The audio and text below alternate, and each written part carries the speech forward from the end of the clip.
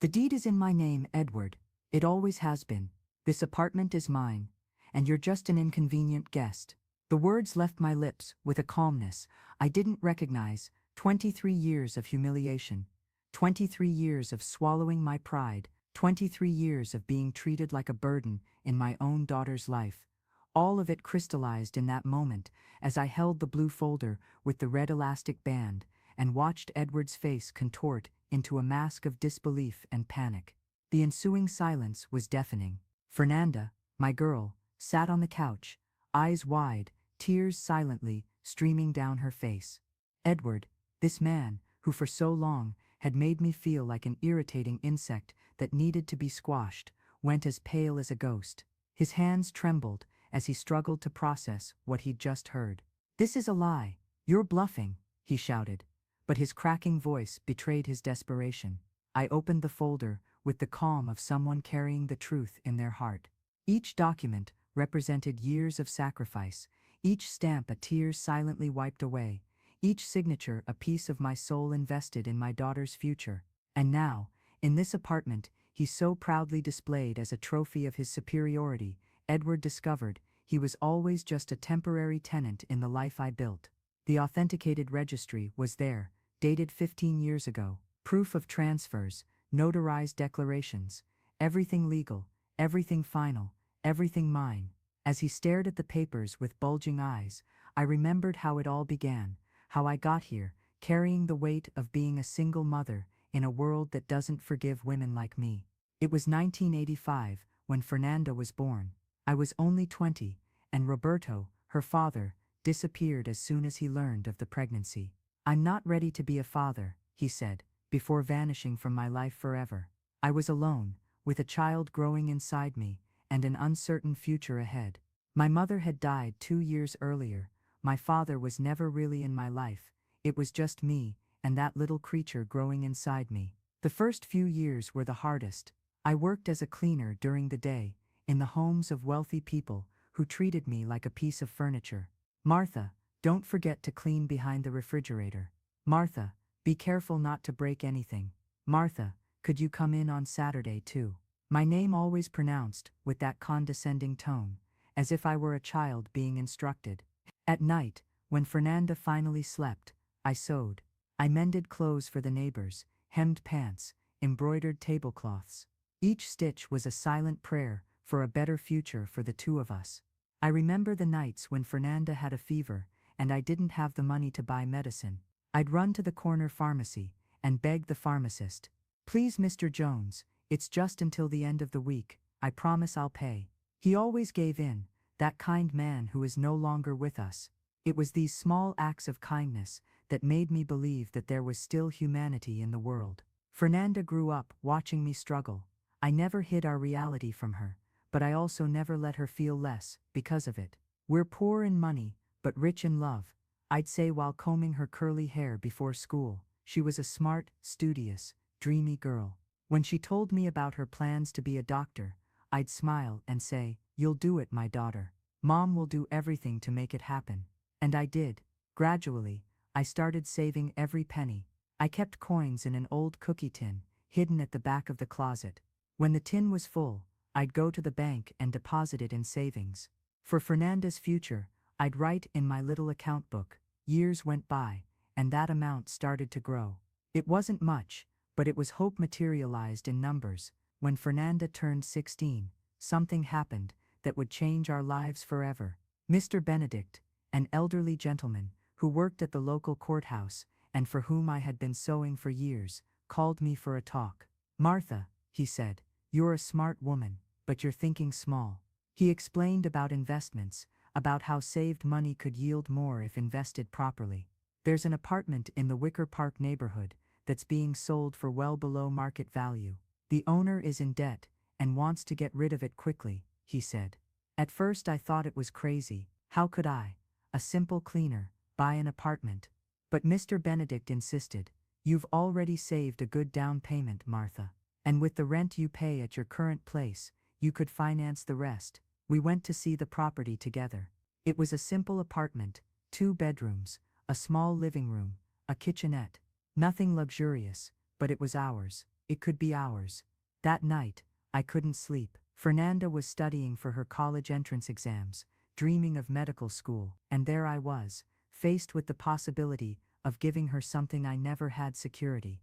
A home that no one could take away from her. I made the bravest decision of my life. With Mr. Benedict's help, we managed to finance the apartment, but here's the detail that would change everything years later. I put the deed in my name. It's better this way, Mr. Benedict explained. You're the owner of the house. You can do whatever you want with it.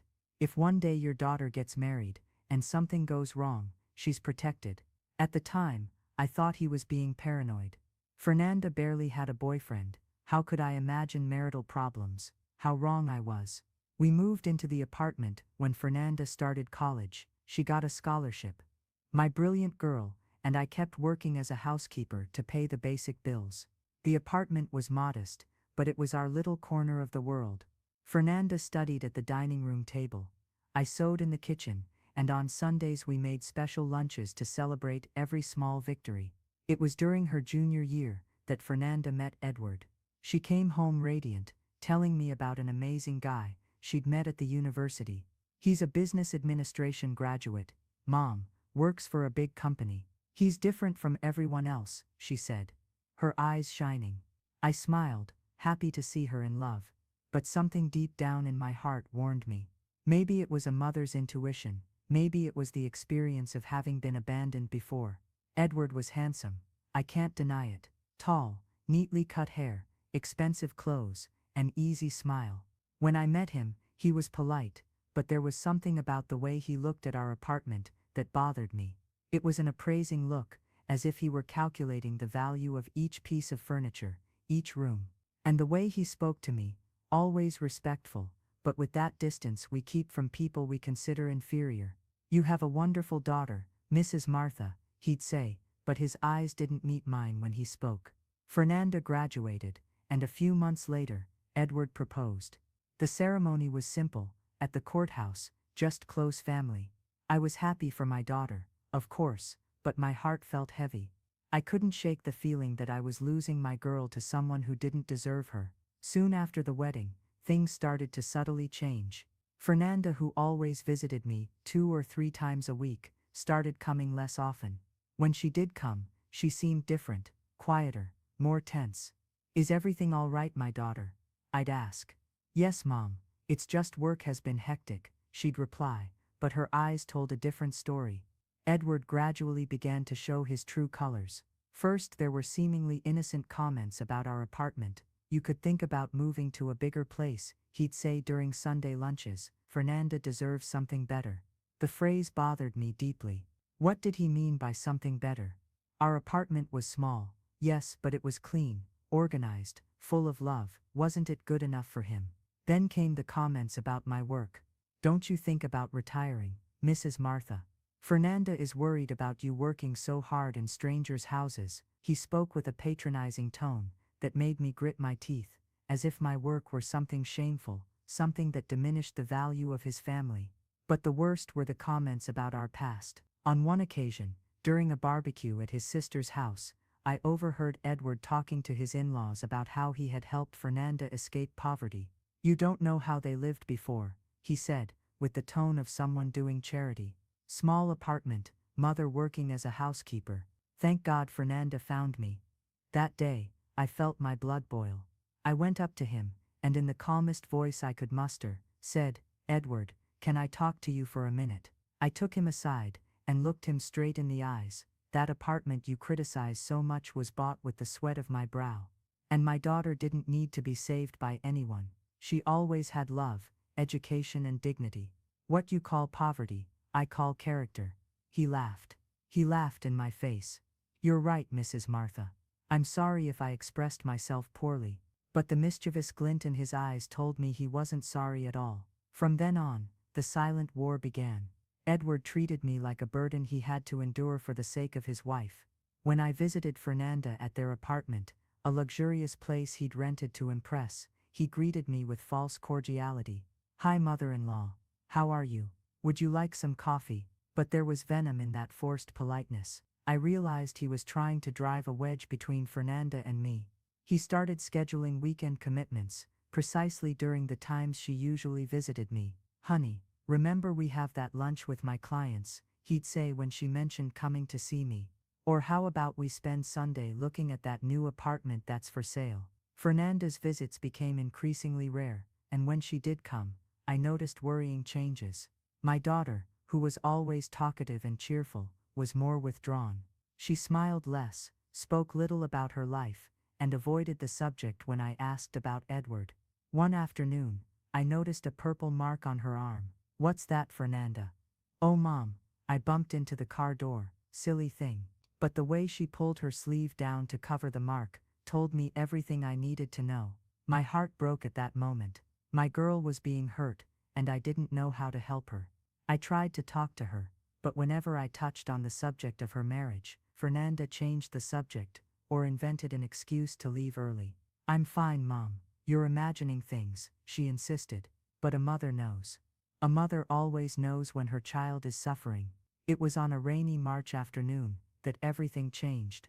I was sewing in the kitchen when I heard the doorbell ring insistently. I opened the door and found Fernanda soaking wet, trembling, her eyes swollen from crying. She threw herself into my arms like she did when she was little. "Mom, I can't take it anymore," she sobbed. I took her inside, made her some hot tea, wrapped her in my warmest robe, and waited. Sometimes, silence is the best medicine. After half an hour of crying, she finally started to talk. "He humiliates me every day, Mom. He says I'm stupid, that I don't understand anything about money, that I should be grateful he pulled me out of the gutter. Yesterday, he yelled at me in front of his friends because I disagreed with something he said about politics. He called me ill-mannered and said it was a product of my upbringing. Every word was a dagger to my heart. How dare Edward talk about my daughter like that? About the upbringing I gave her with so much love and dedication. And it's not just that, Mom," Fernanda continued. "He controls all the money. I can't buy anything without asking his permission. He says that since I don't contribute to the household expenses, I have no right to have an opinion on spending. I feel like a prisoner. Why didn't you tell me before, my daughter?" "Because I was ashamed, Mom. Ashamed of having made the wrong choice. Ashamed to admit you were right when you said he wasn't good for me." That night, Fernanda slept at home. She slept in her single bed, in the room I never changed, always waiting for her to need to come back. While she rested, I stayed awake planning. I wouldn't allow my daughter to suffer another day at the hands of that man. The next day, I tried to convince Fernanda to separate. "You're young, intelligent, educated. You can start over," I said. But she was scared.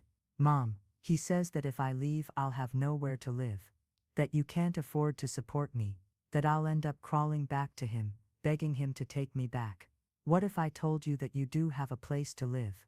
I asked, holding her hands. "What do you mean?" That's when I told her about the apartment deed. Fernanda was shocked. For all these years she believed we were renting, that I was paying off a mortgage. She never imagined that the apartment was mine, paid off for over 5 years. "Why didn't you ever tell me that, Mom?" "Because I wanted you to fly with your own wings, my daughter. But now it's time for you to know that you'll always have a safe place to come back to." Fernanda returned home that morning with newfound courage. She told Edward she wanted to talk about their relationship, that things needed to change.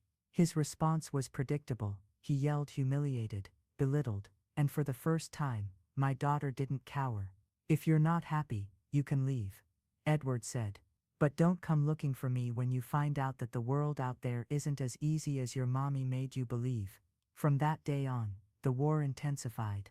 Edward started talking about selling the apartment where they lived, even without Fernanda's consent. He brought people home to assess the property, always when she wasn't there. And it was during one of these episodes that he made the mistake that would seal his fate. It was a Sunday, and I had gone to have lunch at their house, one of the rare occasions when Edward still tolerated me out of pure formality. During lunch, 2 men in suits appeared at the doorbell. Edward greeted them as if they were old friends.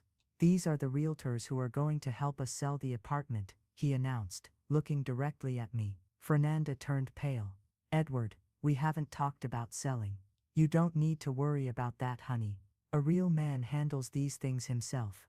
The realtors began to walk through the apartment, measuring, taking notes, commenting on the property's potential. Edward accompanied them, all proud, as if he were the king of the castle. And it was when one of the realtors asked about the documentation that everything crumbled. "Do you have the deed on hand, sir?" the man asked. Of course, Edward said, but his voice wavered slightly. "It's just that we need to check if everything is correct in the registry, if there are no outstanding issues." Edward turned red. "Well, actually, the documentation is with my wife. She takes care of these things." Fernanda looked at him in astonishment. "Edward, you said you handled all the important papers." It was in that moment of tension that Edward completely lost control. He turned to me, and in front of the realtors, in front of his own daughter, poured out all the venom he had in his heart. "You know what?" he said, pointing his finger at me. "You should move out, you know. This place isn't yours anymore. Actually, it never was. You're just a stubborn old woman who doesn't understand that times have changed. Your daughter grew up, got married, now she has a real life. Stop interfering and go mind your own business." The silence that followed was deafening. The realtors looked at each other, embarrassed. Fernanda started to cry, and I felt a strange calm take over my being. It was as if all those years of humiliation, all those sleepless nights sewing, all those silent sacrifices, had prepared me for this exact moment. I got up slowly, with the dignity of someone carrying the truth in their chest. I went to the bedroom, which one day would be Fernanda's, but which Edward had turned into his office. Opened the secret drawer of the old wooden cabinet that I had brought from the old apartment, and took out the blue folder with the red elastic band.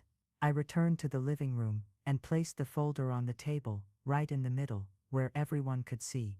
The realtors stopped talking. Edward stopped gesturing. Fernanda stopped crying. The world stopped.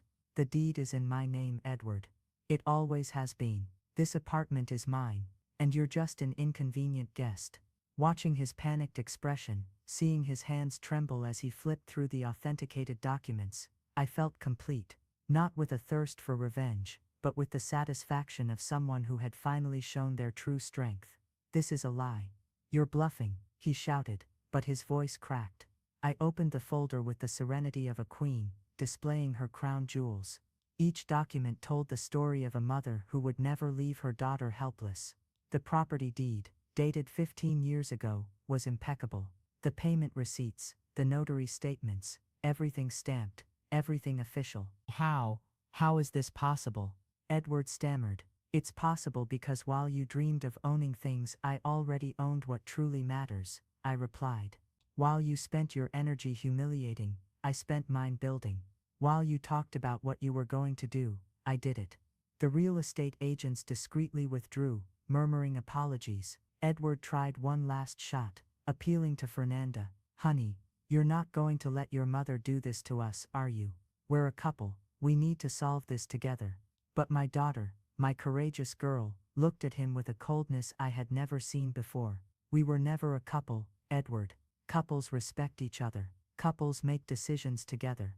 You always treated me like your possession, and now you find out that not even the house you live in is yours." In the days that followed, Edward tried everything. First, he tried to win me over with forced gifts and kindness. "Mrs. Martha, how about we renovate the kitchen? I'll pay," he offered with a desperate smile. When that didn't work, he resorted to veiled threats.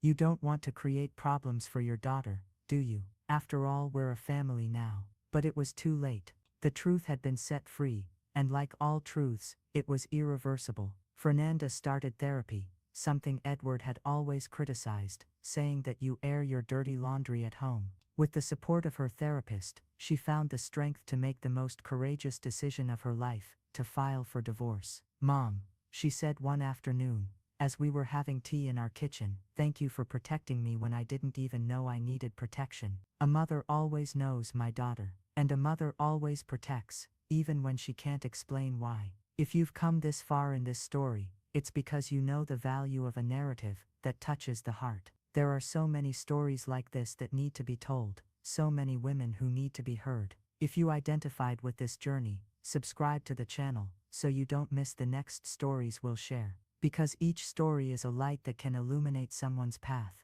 Edward left the apartment on a Tuesday morning, taking only his clothes and his wounded pride. There was no drama, no shouting. He simply packed his bags and left, as if finally admitting an inevitable defeat. At the door he turned to me and said in a voice I had never heard before, You always knew, didn't you? Knew what, Edward? That I wasn't good enough for your daughter. I looked at him with the same serenity I had found that fateful Sunday. I always knew my daughter deserved better, and now she knows it too. After he left, Fernanda and I hugged in the middle of the empty living room. We cried together, not out of sadness, but out of relief. It was as if 1,000-pound weight had been lifted from our shoulders. And now, Mom, she asked, now we start over, together. Today, 3 years later, I live in the apartment I bought with the sweat of my brow, now renovated with the colors I always dreamed of. Fernanda lives with me again, at least for now. She's doing postgraduate studies,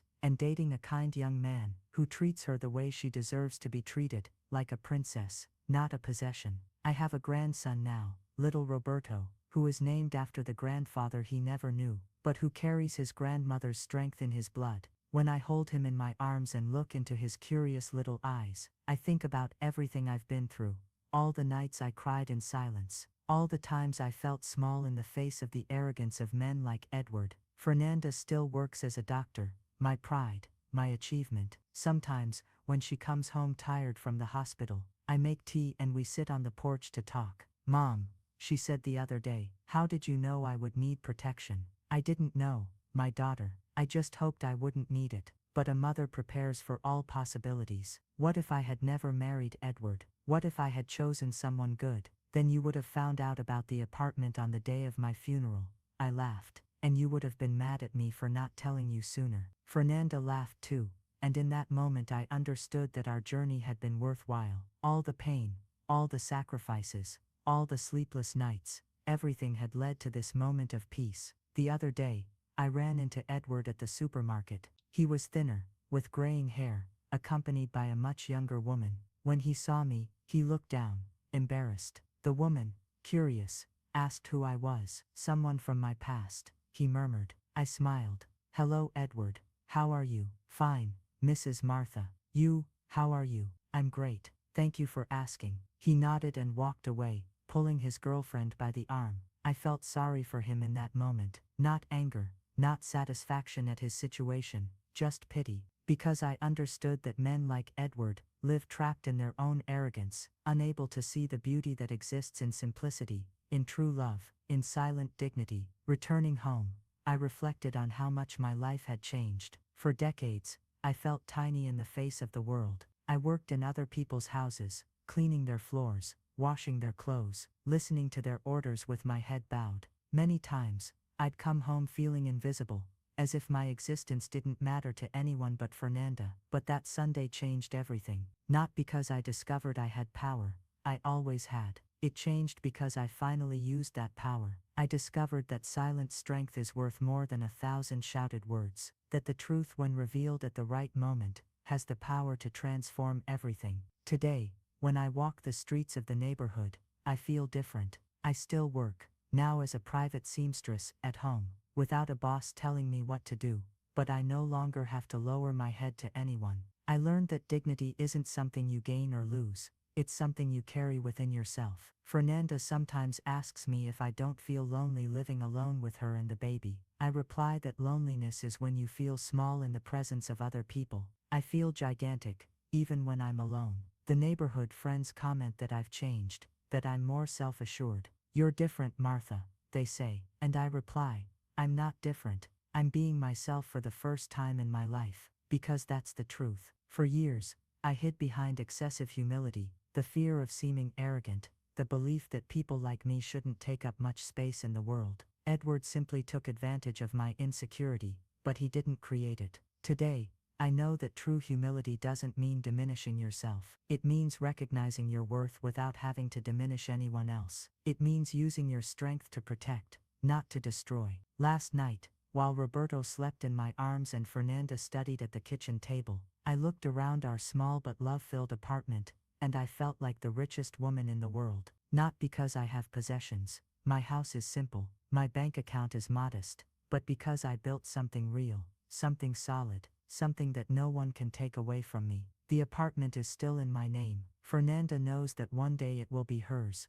when I'm no longer here. But for now, it's mine. My refuge, my achievement, my symbol, that a simple woman can be extraordinary when she acts with intelligence and determination. Sometimes, late at night, when everyone is asleep, I sit on the balcony with a cup of tea, and think of all the women who, like me, spend their lives being underestimated. I think of the cleaning ladies, the seamstresses, the saleswomen, the single mothers who wake up at dawn to work, women who carry the world on their shoulders, but whom the world insists on treating as invisible. I want to tell them what I discovered on that transformative Sunday. You are stronger than you imagine. You are more important than any Edward in your life has made you believe, and you deserve to occupy the space you've earned with the sweat of your brow and the strength of your heart. Don't let anyone make you feel small. Don't lower your head when you should lift your chin. And always remember, the truth may take time to appear, but when it does, it's unbeatable. Today, when I look in the mirror,